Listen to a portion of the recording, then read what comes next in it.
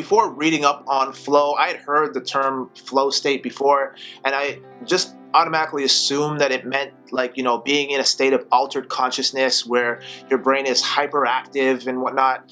But in actuality, it's not quite that. It's the opposite, in fact. When you're in flow, your brain waves actually slow down. And this is a process known as transient hypofrontality. Transient basically just means temporary. Hypo is a lowered state, so think of hypothermia. Frontality, which refers to the prefrontal cortex, which is an area in the front part of the brain that's responsible for executive function and analyzing things. That part of the brain shutting down is a very key thing to keep in mind when it comes to flow. Being super analytical kind of defeats the whole purpose of being in flow in the first place. Everything is supposed to be seamless, and you don't want to be sitting there and overemphasizing and analyzing every single little detail. Going back to the driving example, when you first got behind the wheel, you were overanalyzing everything, the road, where your hand position was on the steering wheel. But now you could text and drive and eat a burger at the same time. I mean, I don't advocate that you do that because it's against the law. My point is that particular skill, driving, now requires less brain power than it did when you were in the struggle phase. So like I mentioned before, the word transient means temporary, meaning that flow does not last